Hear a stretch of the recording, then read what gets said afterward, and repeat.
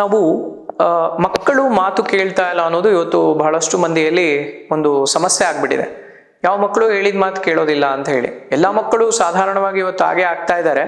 ಅದರಲ್ಲೂ ಬಹುಮಂದಿಯಲ್ಲಿ ಅಂದ್ರೆ ಸುಮಾರು ಒಂದು 90-95 ಭಾಗ ಅಂತೂ ಹೆಚ್ಚಾಗಿ ಒಂದು ಸಮಸ್ಯೆ ಅಂತಕ್ಕಂಥದ್ದಿರುತ್ತೆ. ಹೇಗೆ ಅವರನ್ನು ದಾರಿಗೆ ತರೋದು, ಒಳ್ಳೆ ಮಾತುಗಳನ್ನ ಹೇಳಿ ಮಾಡೋಣ ಅಂದ್ರೆ ಇಲ್ಲ, ಬೈಯೋಣ ಅಂದ್ರೆ ಇಲ್ಲ, ಒಡೆದು ಕೆಲವು ಮಕ್ಕಳನ್ನ ದಾರಿಗೆ ತರಲಿಕ್ಕೆ ಪ್ರಯತ್ನ ಪಡ್ತಾರೆ. ಆಗ್ಲೂ ಕೂಡ ಮಕ್ಕಳು ದಾರಿಗೆ ಬರುವುದಿಲ್ಲ. ಆದರೆ ಇದಕ್ಕೆ ನಮ್ಮ ಶಾಸ್ತ್ರಗಳಲ್ಲಿ ಅಥವಾ ತಂತ್ರಗಳಲ್ಲಿ ಕೆಲವೊಂದು ವಿಶೇಷತೆಯನ್ನ ಹೇಳ್ಕೊಟ್ಟಿದ್ದಾರೆ. ಇದನ್ನು ಉಪಯೋಗಿಸಿ ಕೊನೆ ಪಕ್ಷ ನಾವು 100ಕ್ಕೆ 100 ಸರಿಪಡಿಸ್ತೀವೋ ಇಲ್ವೋ, ಆದರೆ ಒಂದು 50 ಭಾಗವಾದರೂ ಕೂಡ ಮಕ್ಕಳನ್ನ ಸರಿಪಡಿಸ್ತಕ್ಕಂತಹ ಒಂದು ಮಾರ್ಗ ಅಂತಕ್ಕಂಥದ್ದಿದೆ. ಇದರ ಮೇಲೆ ನಾವು ಏನು ವಾತಾವರಣವನ್ನು ಕೊಡ್ತೀವಿ, ನಾವು ಹೇಗೆ ನಡ್ಕೊಂತೀವಿ, ಅದು ಕೂಡ ಅದರ ಮೇಲೆ ಪರಿಣಾಮವನ್ನು ಬೀರುತ್ತೆ. ಆದರೆ ಈ 50 ಭಾಗವಾದರೂ ಕೂಡ ಕಮ್ಮಿಯಾಗಿ ಮಕ್ಕಳು ಹೇಳಿದಂತೆ ಕೇಳುವಂತಹ ಒಂದು ವಿಶೇಷವಾದಂತಹ ಒಂದು ತಂತ್ರ. ನಾವು ತಂತ್ರದಲ್ಲಿ ಬಳಸ್ತಕ್ಕಂತಹ ವಸ್ತುಗಳೇನಿರುತ್ತೆ ಇದು ನ್ಯಾಚುರಲ್ ಆಗಿರಬೇಕು ಅಂತ ಹೇಳಿ.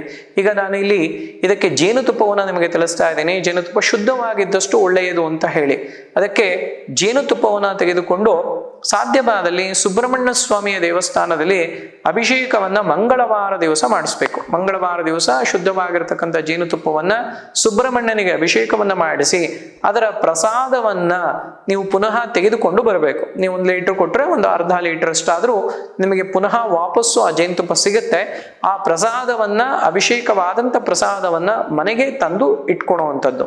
ಮನೆಗೆ ತಂದು ಇಟ್ಕೊಂಡು ವಾರಕ್ಕೆ ಒಮ್ಮೆ ಆದ್ರೂ ಕೂಡ ಆ ಜೇನುತುಪ್ಪವನ್ನ ಏನ್ ಮಾಡಬೇಕು, ಒಂದು ಸಣ್ಣ ಬಟ್ಟಲಿನಲ್ಲಿ ಹಾಕೊಂಡು, ಬೆಳ್ಳಿಯ ಬಟ್ಟಲಾಗಿರ್ಬೋದು, ಹಿತ್ತಾಳೆ, ತಾಮ್ರ, ಹೀಗೆ ಯಾವುದಾದ್ರೂ ಪರವಾಗಿಲ್ಲ, ಆ ಬಟ್ಟಲಿನಲ್ಲಿ 1 ಸ್ಪೂನ್ ಜೇನುತುಪ್ಪವನ್ನು ಹಾಕೊಂಡು ತಾಯಿ ಆಗಿರ್ತಕ್ಕಂಥವ್ರು ಮಗುವಿಗೆ ಅಥವಾ ತಂದೆಯೂ ಕೂಡ ಆಗ್ಬೋದು, ಆದರೆ ತಾಯಿಗೆ ಪ್ರಾಮುಖ್ಯತೆಯನ್ನು ಕೊಡಬೇಕು.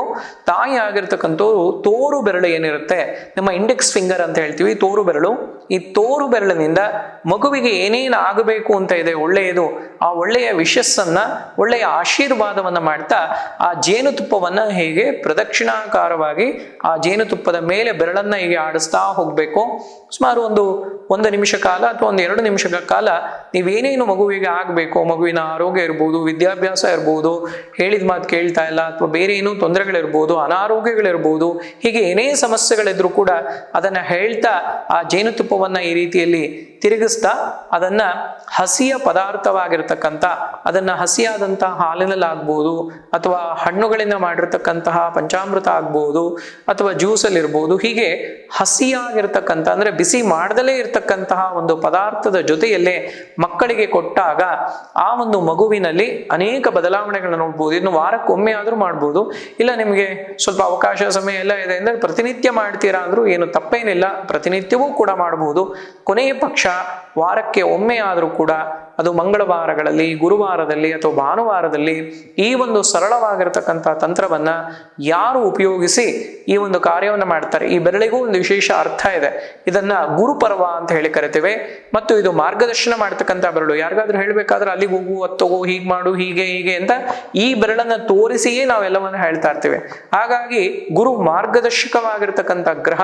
ಹಾಗಾಗಿ ಈ ಒಂದು ಗುರುಪರ್ವವಾಗಿರ್ತಕ್ಕಂಥ ಈ ಒಂದು ಬೆರಳಿನಿಂದ ಮಗುವಿನ ತಾಯಿ ಮೊದಲ ಗುರು ಅಂತಲೂ ಕೂಡ ಹೇಳ್ತೇವೆ. ಹಾಗಾಗಿ ಗರ್ಭಗತವಾಗಿ ತಾಯಿ ಮಾಡ್ತಕ್ಕಂಥ ಯೋಚನೆಗಳನ್ನೇ ಮಗು ಕಲಿಯುತ್ತೆ. ಅದೇ ರೀತಿಯಲ್ಲಿ ಮಗು ಆಚೆ ಬಂದ ಮೇಲೂ ಕೂಡ ತಾಯಿಯ ಮಾತುಗಳನ್ನೇ ಅದು ಕೇಳ್ತಾ ಬೆಳೆಯುತ್ತೆ. ಮತ್ತು ಮುಂದೆಯೂ ಕೂಡ ತಾಯಿ ಅದನ್ನ ಮಾನಸಿಕವಾಗಿಯೂ ಕೂಡ ಮಗುವಿನೊಂದಿಗೆ ಒಂದು ಸಂಬಂಧವಿರುತ್ತೆ. ಅದಕ್ಕೆ ತಾಯಿ ಇದನ್ನ ಮಾಡಿದಾಗ ಇದು ಎಫೆಕ್ಟಿವ್ ಆಗಿ ಅಂದ್ರೆ ಬಹು ಬೇಗ ಈ ಕೆಲಸವನ್ನ ಮಾಡ್ತಕ್ಕಂಥದ್ದು ಕೂಡ ಆಗುತ್ತೆ. ನಂತರ ತಂದೆ, ನಂತರ ಗುರು, ಹೀಗೆ 3 ಜನ ಮಾಡ್ಬೋದು. ಆದರೆ ತಾಯಿಯ ಕೈಯಿಂದ ಇದು ಬಹಳ ಬೇಗ ಶೀಘ್ರ ಫಲವನ್ನು ಕೊಡ್ತಕ್ಕಂಥದ್ದು. ಹೀಗೆ ಹೇಳಿದಂಥ ಈ ಒಂದು ಸರಳವಾದಂತಹ ಒಂದು ತಂತ್ರವನ್ನು ಮಾಡಿ ನಿಮ್ಮ ಮಕ್ಕಳಿಗೆ ಕೊಡೋದ್ರಿಂದ ಒಂದು ಸುಬ್ರಹ್ಮಣ್ಯನ ಅನುಗ್ರಹ, ಜ್ಞಾನ ಪ್ರಾಪ್ತಿ ಇತ್ಯಾದಿಯೂ ಕೂಡ ಆಗತ್ತೆ. ಮಗುವಿಗೆ ಹಠ, ಸಿಟ್ಟು, ಕೋಪ ಇದ್ರೆ ಅದು ಕೂಡ ಕಡಿಮೆ ಆಗತ್ತೆ. ಮತ್ತು ನೀವು ಹೇಳಿದಂತೆ ಕೇಳುವಂತಹ ಒಂದು ವಿಶೇಷವಾದಂತಹ ಮಾರ್ಗವೂ ಕೂಡ ಆಗತ್ತೆ. ಹಾಗಾಗಿ ಒಂದು ಸರಳ ತಂತ್ರವನ್ನು ಬಳಸಿ ಇವತ್ತು ಬಹುದೊಡ್ಡ ಸಮಸ್ಯೆ ಆಗಿ ಪರಿವರ್ತನೆ ಆಗ್ತಾ ಇದೆ. ಮಕ್ಕಳು ಹೇಳಿದ ಮಾತು ಕೇಳಲ್ಲ ಅನ್ನೋದೇ ಒಂದು ದೊಡ್ಡ ಸಮಸ್ಯೆ ಆಗ್ತಾ ಇದೆ. ಈ ಒಂದು ಸಮಸ್ಯೆಗೆ ಸರಳವಾದಂಥ, ನೀವೇ ಮಾಡುವಾದಂಥ ಒಂದು ಸುಲಭವಾದಂಥ ಪರಿಹಾರ ಅಂತ ತಿಳಿಸ್ಬೋದು. ಲೋಕ ಸಮಸ್ತ ಸುಖಿನೋ ಭವಂತು, ಸಮಸ್ತ ಸನ್ಮಂಗಳಾನಿ ಭವಂತು.